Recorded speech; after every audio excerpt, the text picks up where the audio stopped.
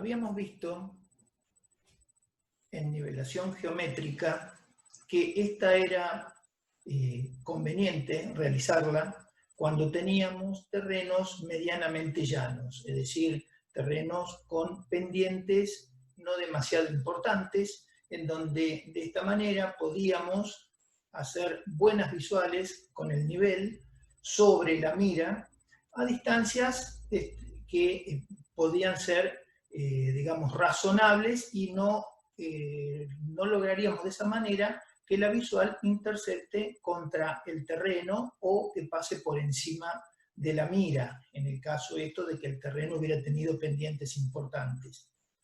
Y es justamente allí donde, cuando aparecen terrenos con pendientes medianamente importantes, sin llegar a ser zonas de montaña, pero sí zonas con ondulaciones, serranías, lomas, la nivelación geométrica deja de tener utilización y es reemplazada por este tipo de nivelación, que es la nivelación trigonométrica. Esta nivelación se utiliza en donde los terrenos ya tienen ciertas ondulaciones, pendientes mayores, digamos, zona, como decíamos, de lomas, zona de serranías, y acá el instrumental que se utiliza es el teodolito. ¿Por qué? Porque el teodolito permite hacer visuales inclinadas, cosa que el nivel esto no lo permitía. Entonces, si nosotros analizamos un terreno como el que aparece acá en la figura, un terreno donde la pendiente se ve que es pronunciada, podemos llegar a determinar a partir de la cota de un vértice A, conocido, la cota de un vértice B. El teodolito se va a estacionar sobre el vértice A y vamos a enviar una visual hacia una señal ubicada sobre el vértice B. Y este es el fundamento de esta nivelación trigonométrica. La misma se basa o se fundamenta en enviar visuales inclinadas hacia señales de altura conocida. Esta señal, como decimos, debemos conocer su altura y puede ser un elemento ya existente, podría ser una torre, de la cual conocemos la altura, podría ser una mira que yo pueda llegar a poner sobre el punto B, en donde puedo determinar la altura perfectamente, ya que está graduada, podría ser un jalón, es decir, podría ser cualquier elemento del cual yo conozca la altura. Y, por supuesto, si estas distancias son importantes, ya vamos a ver que esta se puede hacer a distancias de varios kilómetros en una sola estación, por supuesto el elemento va a tener que ser mucho más alto que un jalón o una mira, ¿no es cierto? Ahí recurriríamos ya a algún tipo de, alguna pequeña torre o una antena o algo existente en el lugar. Bien, entonces, vamos a enviar una visual inclinada hacia la parte superior de esa señal y vamos a medir con el instrumento el ángulo alfa, ángulo que vamos a llamar ángulo de altura, ángulo alfa. Esto se mide con el círculo vertical del teodolito, círculo que es solidario al anteojo. Recordemos que cuando movemos el anteojo, ese círculo vertical se va a mover en forma solidaria con el mismo. Bien, ¿qué tenemos como datos? Cota de A, Z de A. Vamos a medir la altura del instrumento, esto lo vamos a lograr con una cinta centimetrada, es decir, acá vamos a medir al centímetro la altura del instrumento. En este tipo de nivelación vamos a trabajar al centímetro. También existen aparatos que tienen una especie de bastón graduado, que uno lo puede ubicar sobre la estaca que materializa el vértice A en este caso, y entonces ya directamente aparece la graduación en el bastón de la altura del instrumento. Altura que se va a tomar desde la cabeza de la estaca hasta el centro del anteojo, es decir, hasta el eje secundario, eje alrededor del cual rota el anteojo. Esto se vio en su momento cuando se vio el tema de teodolito.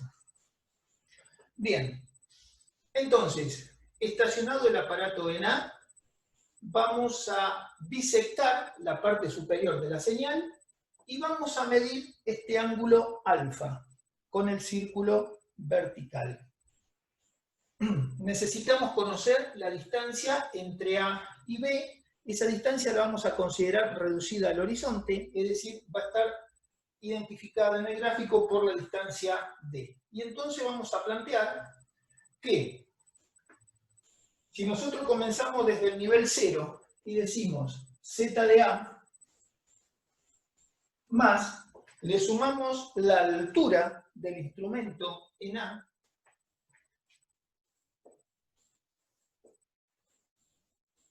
y minúscula, y latina, altura del instrumento, más, es decir, llegamos acá, al centro del anteojo, más esta distancia que se encuentra, es decir, desde la horizontal hasta la parte superior, que sería D por tangente de alfa,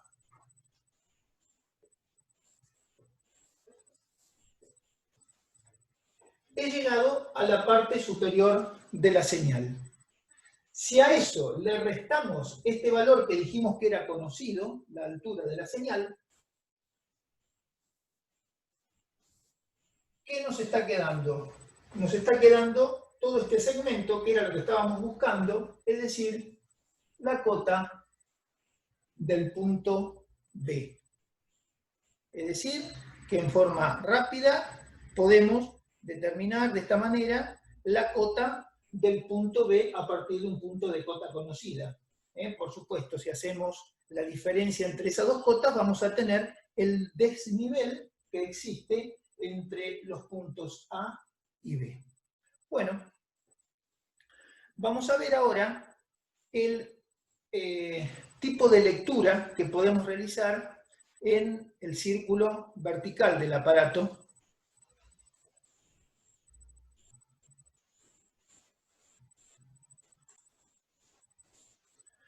En cuanto a la graduación entonces, de los círculos verticales, o del círculo vertical del teodolito, podemos tener tres posibilidades. Que la graduación sea cenital, es decir, el cero del aparato está arriba, en la parte superior, y a partir de ese cero empiezan a medirse los ángulos. En este caso tenemos 90, 180 y 270. Es lo más común de encontrar. La mayoría de los aparatos vienen con graduación nadiral.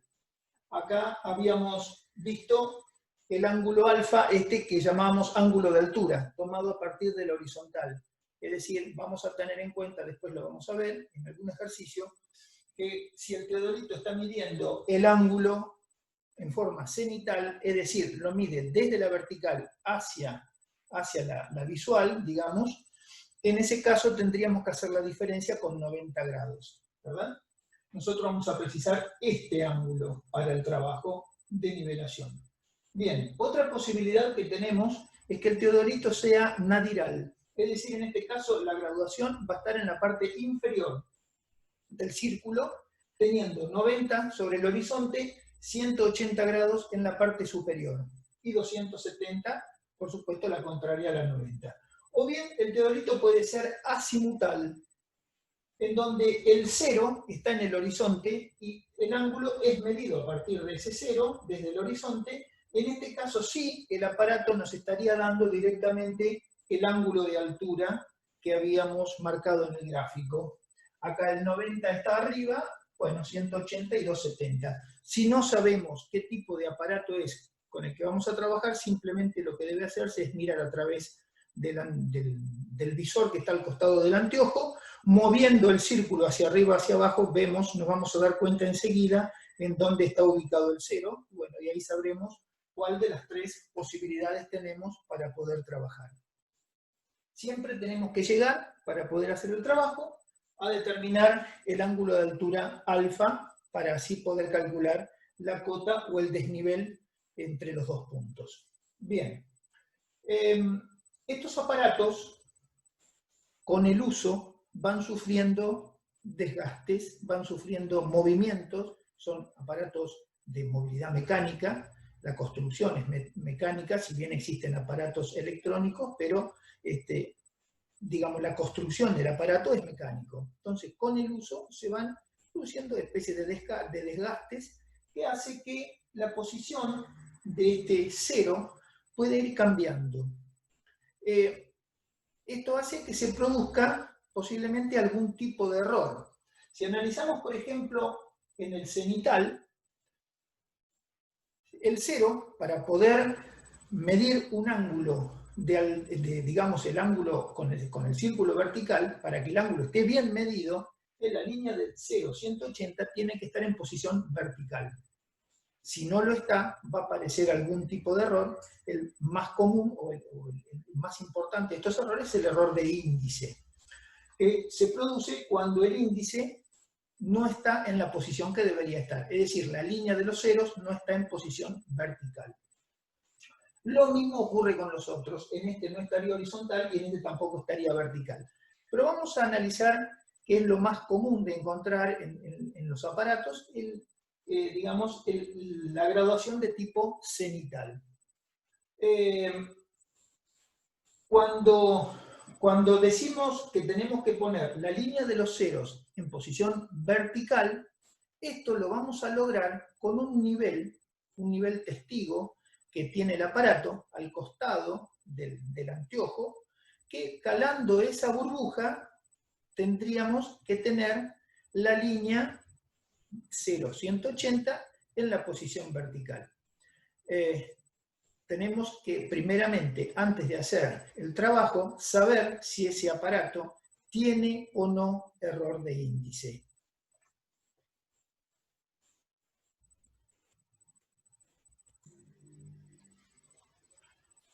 Acá tenemos entonces el círculo vertical del aparato en un aparato de tipo nadial. Vamos a ver cómo podemos determinar si el aparato tiene o no error de índice. Si nosotros tenemos un aparato que no posee error de índice, vamos a bisectar un punto en altura lo más elevado posible y vamos a leer un valor z. Z acá no es cota, como veníamos viendo, sino que también suele designarse con el valor de z al valor de la lectura cenital. Es decir, cuando aparece la letra z puesta en el círculo vertical, significa que es un valor de lectura cenital, es decir, tomado a partir del 0 en la posición superior. Leemos un valor z.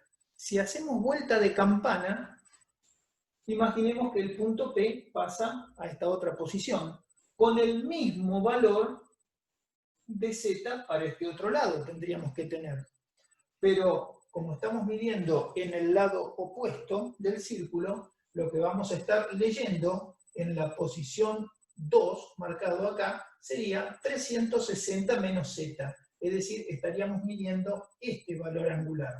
Si nosotros sumamos 1 más 2, es decir, la posición leída en 1, este valor de z, más la posición, el valor angular leído en la posición 2, 360 menos z, que sería este otro valor angular, la suma, en este caso como los z son iguales, me va a dar 360 grados. Es decir, que ¿cómo nos damos cuenta si el aparato no tiene error de índice?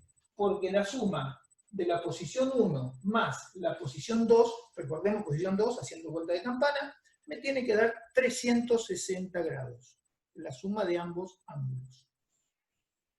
¿Qué pasa si el aparato tiene error? Dijimos, el error aparece cuando la línea de los ceros no está en la posición correcta. Es decir, cuando, por ejemplo, ocupa una posición inclinada hacia cualquiera de ambos lados. Puede ser hacia la derecha o hacia la izquierda. Acá lo tomamos hacia la izquierda. Este valor E está identificando el error. Entonces, en lugar de medir un valor Z, cuando medimos con círculo vertical a la izquierda, vamos a tener una lectura Z1 que va a ser igual al valor Z que teníamos que haber medido sin el error, más ese error que aparece acá. Es decir, en la posición 1 vamos a leer Z1 que va a ser igual a Z más el error. Cuando hacemos vuelta de campana, en la posición 2 vamos a leer ahora este otro valor Z2. Ven que en lugar de medir desde la vertical, está midiendo desde la posición del eje inclinado. Entonces, Z2 va a ser igual a 360 grados menos Z, que era este valor que teníamos acá, como acá tenemos 360 menos Z, ¿verdad? Bueno, acá lo mismo, 360 menos Z, pero más este valor del error. Si nosotros sumamos ahora estas dos posiciones, si esto lo hacemos en el campo, vamos a ver que no nos da 360 grados. Y acá vamos a ver por qué. Es decir, Z1 más Z2 va a ser igual, este Z suma, este Z resta, es decir, se anulan, va a quedar igual a 360 más 2 veces el error. Dos veces el error. Sacando 2 veces el error, Z1 más Z2 menos 360. Es decir, mandando este 2 dividiendo, nos va a quedar que el error de índice, lo podemos calcular como la suma de la lectura de círculo izquierda más la lectura en círculo derecha, menos 360 grados dividido 2. Esta es la forma de calcular el error de índice. Una vez que conocemos cuánto es el error de índice para ese aparato, ya no es necesario volver a calcularlo para las otras mediciones de ángulos verticales que vamos a realizar. Simplemente lo que tenemos que hacer es, conocido este valor del error, sabemos bien que la corrección es igual a menos el error. Entonces, a las lecturas de ángulos verticales, ahora podemos trabajar ya directamente todo con círculo izquierda, no es necesario ya usar el círculo derecha, y entonces a la lectura de ángulos verticales la vamos a afectar, le vamos a sumar ese error que habíamos calculado con signo contrario. Es decir, vamos a corregir esas lecturas. Acá hay algo que vamos a tener en cuenta. Volvamos al gráfico del principio. Si nosotros dijimos que trabajamos con alfa, necesitamos conocer el ángulo de altura, pero tenemos un aparato de tipo cenital donde está midiendo ese valor de ángulo cenital Z. Cuando nosotros calculamos el error de índice y existe error de índice, el valor que tenemos que corregir es el valor de Z, es decir, el ángulo leído, porque ese es el que tiene el error. Z será el valor, el ángulo que tiene error, y lo vamos a corregir con el error de índice. Una vez que hemos corregido Z, recién allí hacemos 90 grados, alfa es igual a 90 grados menos Z corregido. Y esto es lo que tenemos que hacer para poder así después calcular el valor de la cota del punto B. Importante, no corregir alfa, porque lo único que estaríamos haciendo en ese caso sería amplificar más el error. Corregimos el ángulo leído y después sí calculamos el ángulo de altura alfa.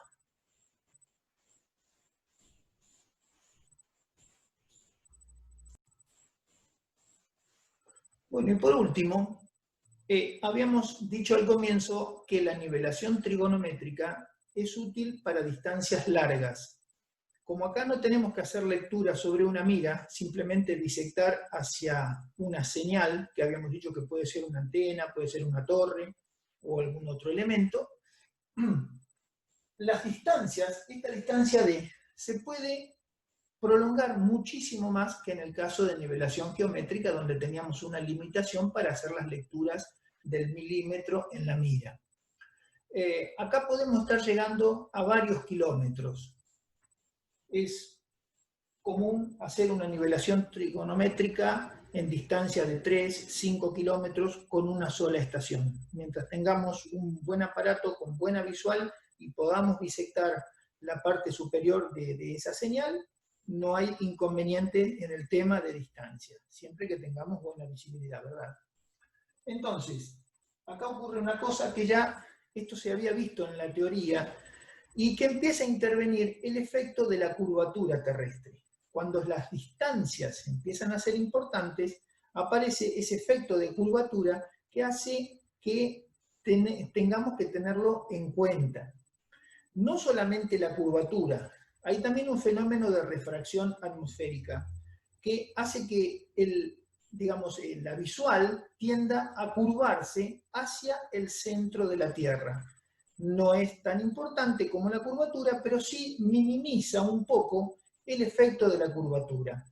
Eso lo vamos a tener en cuenta para la práctica con un término llamado CR, que es el efecto de curvatura y refracción terrestre, y lo vamos a tomar igual o aproximadamente igual como 0,07 por la distancia expresada en kilómetros.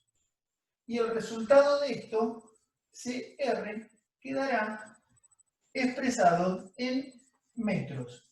Es decir, poniendo el valor de la distancia D, esta distancia reducida al horizonte, en kilómetros, y teniendo en cuenta este coeficiente, 0,07, el valor de CR quedará expresado en metros. Veamos cómo empieza a afectar CR a medida que avanza la distancia. No es lineal, sino que es exponencial. La distancia elevada al cuadrado acá. Es decir, cuando la distancia es igual a 100 metros, CR será igual a 0,07 por 0,1 elevado al cuadrado. Y esto estará dando 0,0007 metros. Valor menor a 1 milímetro. Prácticamente no se lo tiene en cuenta. Por eso que en nivelación geométrica, como estamos trabajando con distancias que como máximo del instrumento a la mira andan en los 60, 70 metros, más comúnmente son 50 metros, digamos, no tenemos en cuenta el factor de corrección por curvatura y refracción terrestres. Es decir, son distancias cortas. ¿Qué pasa si CR es igual, si la distancia